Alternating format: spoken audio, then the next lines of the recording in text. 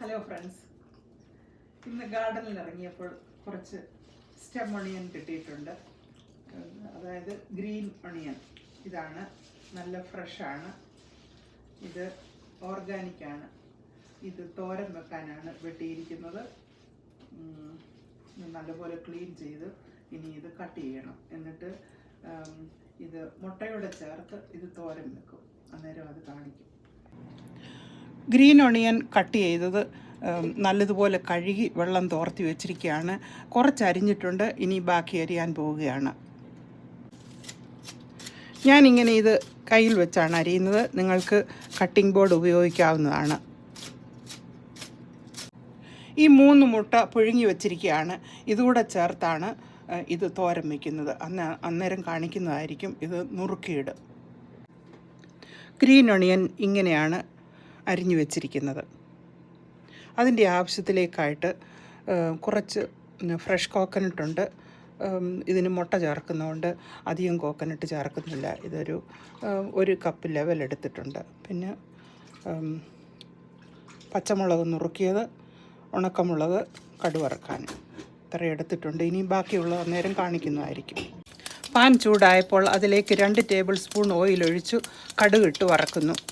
കടുക് വറക്കാനും മാത്രം കുറച്ച് ഒണിയൻ ചേർത്തു. പച്ചമുളക് നുറുക്കിയതും ഗാർലിക്കും ചേർക്കുന്നു.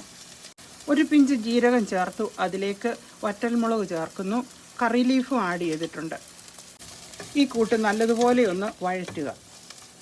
ഈ കൂട്ടൊന്ന് വഴലുമ്പോൾ ഉള്ളി അരിഞ്ഞത് ചേർക്കുക.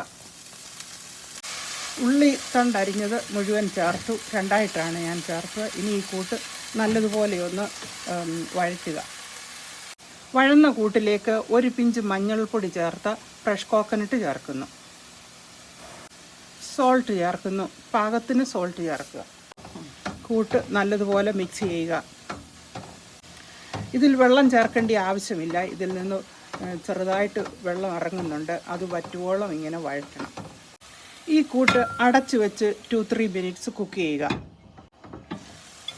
തുറന്ന് മിക്സ് ചെയ്യുക.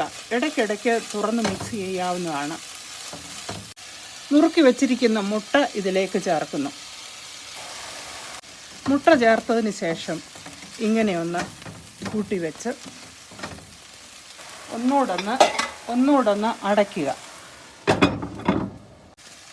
തുറന്ന് ഇത് മിക്സ് ചെയ്യുക. ഒണിയൻ ലീഫ് മുട്ടത്തോരൻ റെഡിയായി. ടേസ്റ്റ് നോക്കട്ടെ. നല്ല ടേസ്റ്റ് ഉണ്ട്. ഒണിയൻ ലീഫ് മുട്ടത്തോരൻ റെഡിയായി. Thank you for watching.